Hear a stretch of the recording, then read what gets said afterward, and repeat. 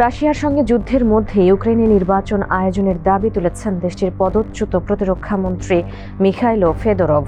তার এই আহ্বানকে দেখা হচ্ছে প্রেসিডেন্ট ভলোদিমির জেলেনস্কির জন্য একটি বড় রাজনৈতিক চ্যালেঞ্জ হিসেবে।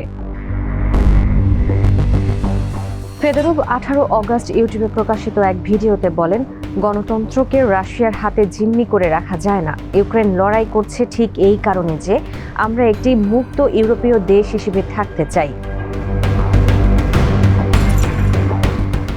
2022 সালের ফেব্রুয়ারি থেকে রাশিয়ার যুদ্ধে লিপ্ত ইউক্রেন। যুদ্ধ শুরুর পর দেশটিতে জারি করা হয় সামরিক আইন, আর এই আইনের অধীনে আয়োজন করা যায় না নির্বাচন। তবে জেলেনস্কির 5 বছরের প্রেসিডেন্ট মেয়াদ শেষ হয়েছে 2024 সালের মে মাসে, কিন্তু সামরিক আইন বহাল থাকায় নতুন নির্বাচনও হয়নি। ফলে যুদ্ধের মধ্যেই নির্বাচন কিভাবে আয়োজন করা যায় সেটি এখন বড় প্রশ্ন হয়ে উঠেছে।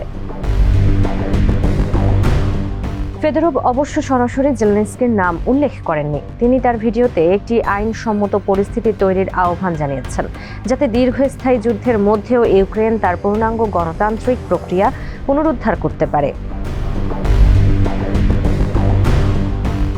ফেদোরভের এই বক্তব্যের রাজনৈতিক গুরুত্ব আরও বেড়েছে তার সাম্প্রতিক ভূমিকার কারণে। প্রতিরক্ষা মন্ত্রী হিসেবে দায়িত্ব নেওয়ার মাত্র 6 মাস পর গত জুলাইয়ে তাকে অপ্রত্যাশিতভাবে সরিয়ে দেন জেলেনস্কি। এরপর তাকে পুনর্বহালের দাবিতে ইউক্রেনের বিভিন্ন জায়গায় হয় বিক্ষোভ। ফেদোরভ দায়িত্বে থাকাকালে প্রতিরক্ষা মন্ত্রণালয়ে বেশ কিছু পরিবর্তন এনেছিলেন।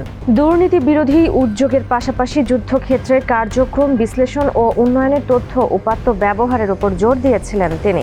তার অপসারণের পেছনে সেনাপ্রধান আলেসান্দর সিরস্কির সঙ্গে বিরোধকে দেখা হয় অন্যতম কারণ হিসেবে।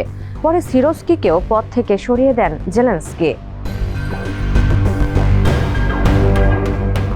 ফেদোরভকে প্রতিরক্ষা মন্ত্রণালয়ের বাইরে সরকারের আরও কয়েকটি গুরুত্বপূর্ণ পদ দেওয়ার প্রস্তাব করা হয়েছিল, কিন্তু তিনি সেগুলো গ্রহণ করেননি। তিনি প্রতিরক্ষা মন্ত্রণালয়ের দায়িত্বে ফিরতে চেয়েছিলেন।